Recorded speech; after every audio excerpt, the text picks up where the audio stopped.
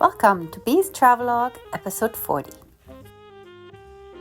On May 18th, I had wanted to go to Gwangju because it was the official anniversary of the democratic movement. However, all the tickets on the bus from Namak were sold out. So I changed plans and took the bus up north to near Mokpo National University. My friend had recently gone and climbed the mountain there and told me that there were beautiful views from up top, so I wanted to go and see it for myself. I overestimated the time it would take to get to the National University bus stop, and actually by the time I looked up to check where I was, I had gone 2 stops too far. Instead of being upset, I just walked along the road and took a lot of pictures of flowers. When I reached the stop, I entered the town and started looking for the trailhead. I was also looking for a place to eat and use the restroom. When I saw this church, I found a small bathroom inside and used that. And then I found the trailhead right past the church, so I ended up going on the mountain without eating lunch. At first, the trail was the sandy pathway underneath trees, but soon I came to very steep stairs that seemed to be never-ending. However, when I turned around, I already had my first glimpse of the beautiful view. Once the stairs ended, it was this kind of rocky pathway underneath the trees.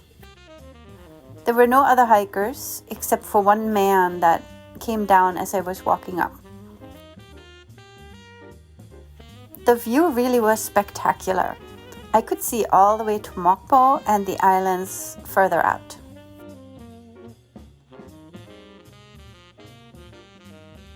I came to this emergency post and way sign. I still hadn't eaten any lunch, but I stopped and had a granola bar and some almonds that I always had in my backpack.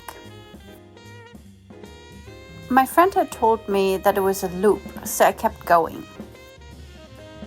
I also didn't really want to walk down all the stairs again. I was definitely the only person on this trail now, and I was a little bit concerned. I was thinking, if anything happens, if I faint from not having eaten, there's nobody to find me. I found this map a couple of hours into my hike and determined that I was going to take a shortcut down the mountain. From the very first mountaintop, the trail went downhill, but then it kept going up again, so it was quite strenuous overall, but the views were amazing. All the leaves were young and fresh and a light green, and it seemed like I was looking over a sea of green. It was in this area also that I found tons and tons of butterflies. I was actually chasing them with my camera, trying to take pictures. Here's one in flight. Most of the photos in the grass did not turn out too well. I took photos of this tree because it felt really ancient. I didn't recognize the type of tree it was, so maybe it was just a normal young tree, but to me it felt special. Each climb, I was hoping that it was the last one and that it would be downhill from there, but each time we went downhill, there was another hill to climb after that. By this time, I was so far into the mountain that it didn't make sense to turn back. I had to keep going and find the shortcut off the mountain. This view, you could really see all the way to Mokpo and see the orange bridge from the other side. Even though it was strenuous, I really enjoyed this hike and was happy that I had come. Here's another tree that I thought had a face and looked like he was storming at people, either trying to embrace them or chase them away. Look how beautiful the landscape is here in Jeollanam-do province. I came to another sign and found the shortcut, which was steep stairs leading down off the mountain. These were more never-ending stairs, and I kept going down and down until I reached the forest and a very rocky path, and then reached the end of the forest here where the leaves were red instead of green. From the bottom of the stairs, it took about half an hour to get to the bus stop. I was hungry and tired and determined to come back another day. That day was 2 weeks later on June 1st. I had seen a Mexican restaurant and really wanted to try it. Eating this Mexican lunch, which really tasted more like a Turkish döner, was my reward for climbing the stairs again.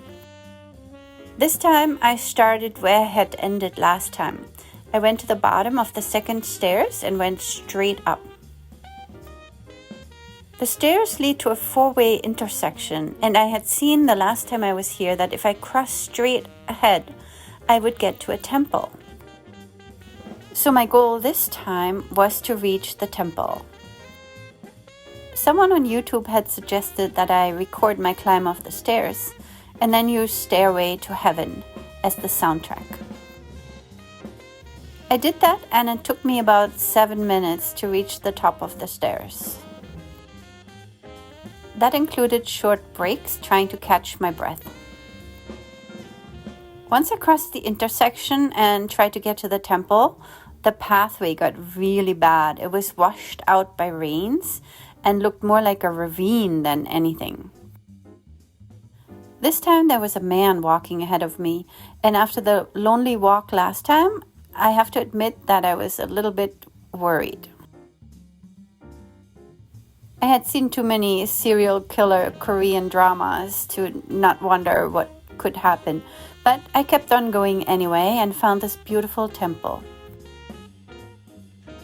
The man was also just going to the temple. He got some water to refresh himself, and I don't know where he went after that. I think he was just on a lonely hike like I was last time. The temple was really beautiful. I saw these bells and jars for kimchi. There were some other people and a dog that was barking, and a lot of bees again, just like the temple in Mokpo. Temples seem to be a place where bees gather and hang out. So just beware when you go. As usual, I kept walking around, trying each different pathway, taking pictures, looking at the temple from every conceivable angle. It was such a beautiful sunny day. I wanted to keep going and reach a reservoir on the other side of the mountain, but the distance was really too far, and I was worried that I wouldn't be able to get back to the bus in time. If you've watched other bees travelogues, you'll know that I enjoy being in Buddhist temples. There's a certain peace and calm that comes with being at a temple, even if they're located in the big city. Now this temple, Bopchong Sa, is located high up in the mountains. I just found out by looking at somebody else's photos that it was founded in the year 553 AD.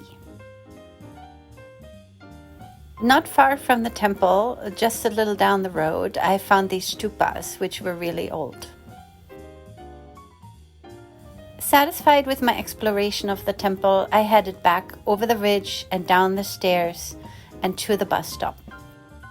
This photo right here under the trees is probably one of my favorite pictures from the hike.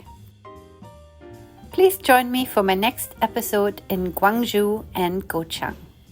Thank you for watching.